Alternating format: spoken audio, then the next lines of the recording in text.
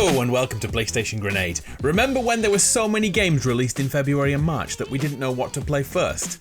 Well, April is nothing near those heights, so this may be a good month to catch up on those older games. That said, there is a handful of games and a few free ones too which dropped late last month which you should be aware of. So let's do this.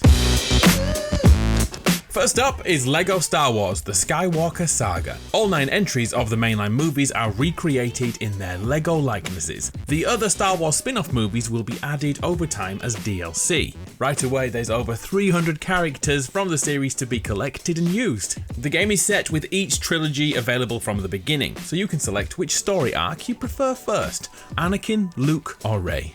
There's 45 levels in total, which should keep you busy for quite a while.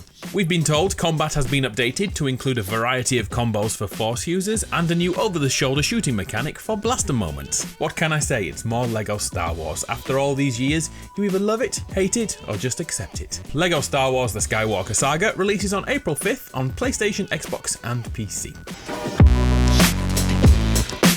You know it's a slow month when a sports game is this early in a video. This is MLB The Show 22. Like all annual sports games, you've either already made the plan to buy it, or you couldn't care less. MLB The Show is one of those unique games which is made by Sony and PlayStation, yet it's releasing day and date on Xbox Game Pass. Make of that what you will. If hitting a ball with a stick and catching it with an oversized glove is your thing, you should grab MLB The Show 22 on PlayStation, Xbox and Switch on April the 5th. Go Sports!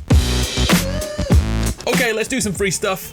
This month is very PlayStation focused and once again starts with a new Battle Royale. Over on the PS4 is Live or Die, a 20-player Battle Royale with a twist. The premise sees the world in chaos. Scientists have told us that for the planet to survive, only 5% of humanity can come with it.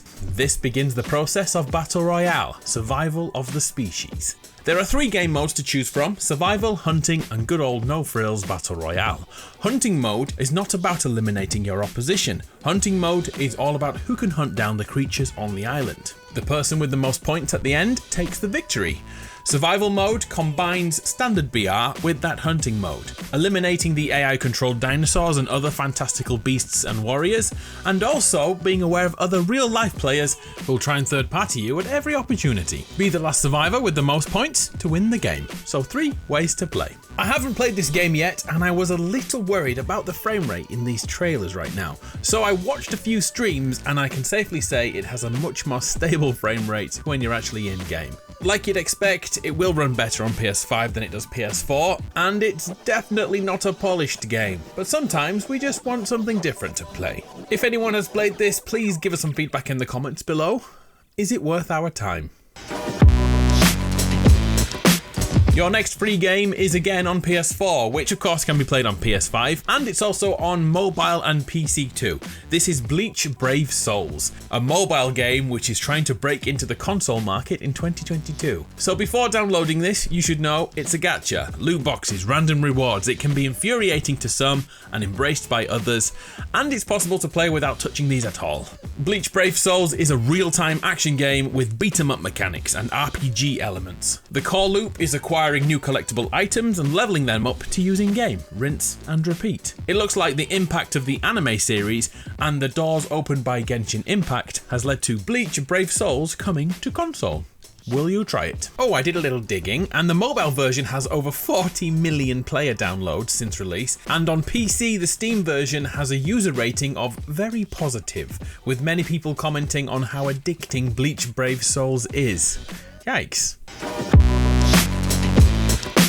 Your next free experience is again on PS4 and PC, and acts like a way to get you to buy Ghostwire Tokyo. There is a short Prelude, an interactive story that can be downloaded right now. Corrupted Case is a typical visual novel we've seen over the years. It's really here for those who want to know more about the Ghostwire Tokyo lore and the random disappearance of almost everyone in Japan. It's a very short experience, about 20 minutes long for the average person, and it's not for everyone, but if you'd like visual novels, you'll be happy with this. It's free right now. Last month I told you that PS Plus subscribers can download GTA Online for free on PS5. That offer is still here, and I thought I'd take this time to remind you of a trick if you don't yet have a PS5. By using the mobile phone app, you can add free PS5 games to your library, even if you don't own one yet. This trick is useful because PS5s are like rocking horse poo. Hard to find. Okay, let's transition out of free-to-play and onto free updates. Here's some DLC for a paid game you may have picked up last year. 1 year ago, Returnal dropped, a bullet hell survival horror outing. And now, there is free DLC, which is crazy impressive. The update adds a 2-player mode, completely changing how the game plays, and on top of that, there is a new Tower of Sisyphus mode, an endless battle that gets harder and harder as you climb the tower. If you'd like to be challenged and take on the rest of the community, this free update is worth your time, and I still can't believe this is free. It's a huge update. Another game with a DLC this month, which isn't free, is Back 4 Blood Tunnels of Terror update. Left 4 Dead fans rejoiced when that team released the spiritual follow-up, Back 4 Blood. This update brings 2 new cleaners, new underground dungeons filled with new types of zombies to battle through. A new PvE mode, Ridden Hives, arrives too, giving fans tons of new things to do. Some of the new warped enemies look fresh out of Resident Evil. It's great. April 12th is the release date on PlayStation, Xbox and PC. I'm probably showing my age now, but back in 1999, a role-playing game named Chrono released. It received a perfect 10 out of 10 score on GameSpot back when that meant something, and went on to sell over 1 million copies. And now, over 20 years later, it's back in the Radical Dreamers edition, releasing on PS4, Xbox One, PC and Switch. Radical Dreamers, by the way, was a text-based game, which not many people know about, but that's been added to the collection too. This may not sell fantastically well, but it's a great way to bring a truly great RPG to a new audience. Let's see if it ages well.